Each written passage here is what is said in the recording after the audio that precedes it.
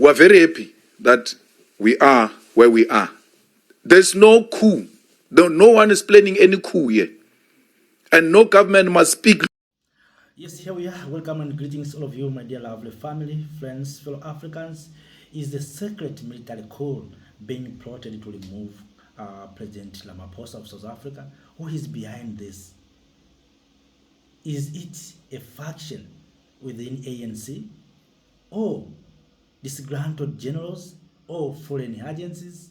Or raising populist movement demanding changes in South Africa? So, brothers and sisters, do not stay away. What you are about to hear could change everything. Here is the truth. We are very happy that we are where we are. There's no coup. No one is planning any coup here. And no government must speak loosely about coup. Because you are trying to silence us. What coup are you talking about? There's no coup here. Since when does speaking the truth being called a coup? When you expose rot, you are told we detected a coup. It's not true. There's no coup. You are going to be removed democratically. There's no soldier or police going to do anything here. They are just going to expose you. That's all. So we must not be lied to by people who want to protect the rot that actually there is a planned coup in South Africa. There is no planned coup. Yes, there's no military coup in South Africa. What is going on there is about exposing the truth. So politicians has nothing to fear, leaders has nothing to fear, as long as they are serving well the people. So if you serve well the people, you have nothing to fear. So people want changes, people demand food on the table, people demanding employment opportunities, people want to control their resources. That's what right now many Africans are asking. So I know the wave of changes is blowing across the continent, started in Mali, Niger, and Burkina Faso. So in the southern part right now, you see President Duma Boko is doing well. So people want changes. People, as I said, they want good services. They want food on the table. They want employment opportunities to their children. They want quality and good health services, quality education. That's what the people have. Good road infrastructures. So if you do and you serve well these people, I think you have nothing to fear. So if you move across your country, you will enjoy and people will praise you because you are doing very well. But if you serve your masters, if you serve the interests of others, so you will face challenges, you will face consequences, and that's why you see there's a big fear in the continent, especially to these politicians on military power or military leaders to take power. But all in all, we hope what happened in Mali and Burkina Faso, it was supposed to happen because at that time there's no government that was serving the people. But I hope in other African countries, leaders have learned something from Mali, Niger, and Burkina Faso. So what's happening right now there, you can see things is moving smooth.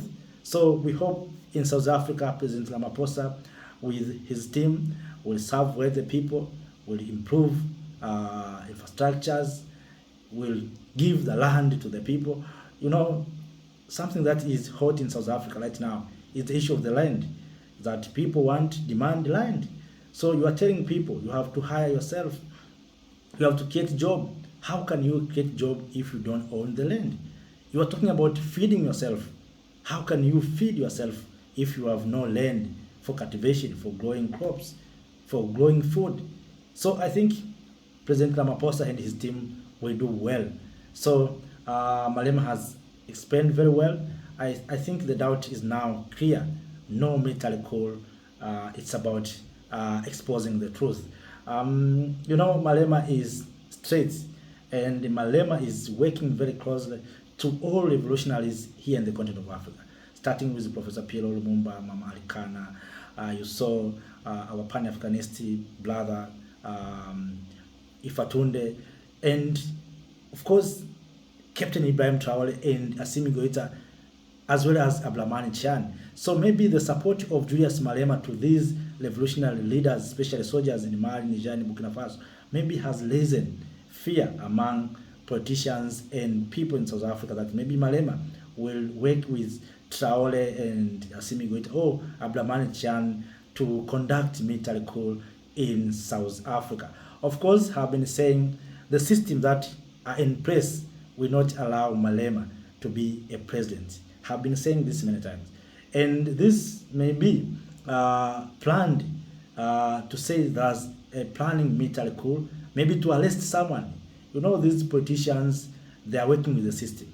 So if the system want to remove someone from the realm, so they can create something, create chaos, or can create excitement in the country or in the region, so that people can change their mind. So they have designed this issue of military coup in South Africa purposely. Maybe they want to arrest someone by saying you're initiating coup, or they want to slow down something so that they cannot be held accountable.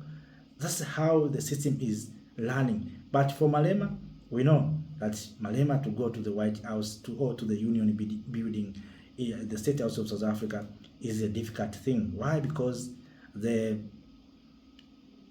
white monopoly capitals who own the economy of South Africa are not happy with Malema, are not happy with the policy of Malema, because Malema is talking about sharing the land. They think that those who own the land are not ready.